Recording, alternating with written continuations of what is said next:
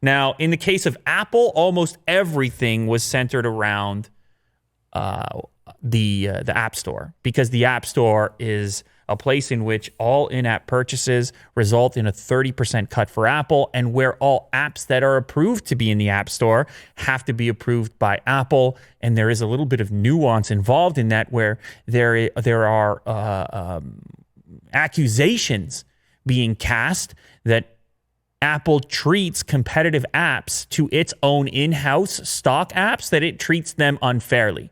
That's the word.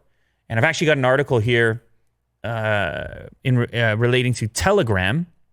I don't know if you're familiar with Telegram messaging app, and you might have to go over a few tabs to bring it up. But this is actually an antitrust complaint in the EU that's criticizing Apple's restrictions and fees over competing apps specifically. So, of course, Apple has a messaging product, and you come in with the alternative messaging product. Well, you're going to take away from their messaging product. So, hey, Apple, what are your rules around this?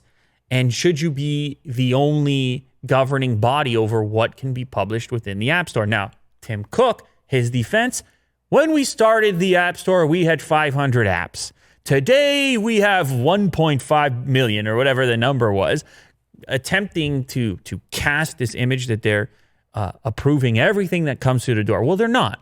They're not. A lot of stuff gets kicked out, and there have been disputes from companies that say, hey, this 30% cut is unfair. And Apple then goes and makes the counter argument that, hey, you're reaching nobody without this. We're doing half the gig here. We built the infrastructure. We built the whole thing. So you have the both sides represented. In this particular complaint, which Telegram, which has more than 400 million users, said Apple must allow users to have the opportunity of downloading software outside of the App Store.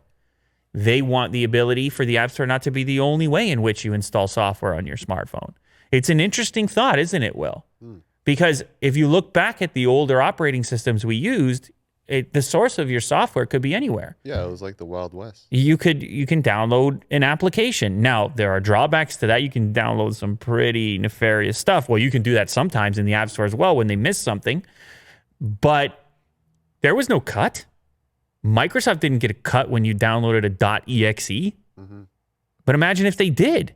Now, this number, a lot of people may not be aware, it's an enormous number, what this equates to. Apple's App Store fees across the world are estimated to generate more than $1 billion for the company each month.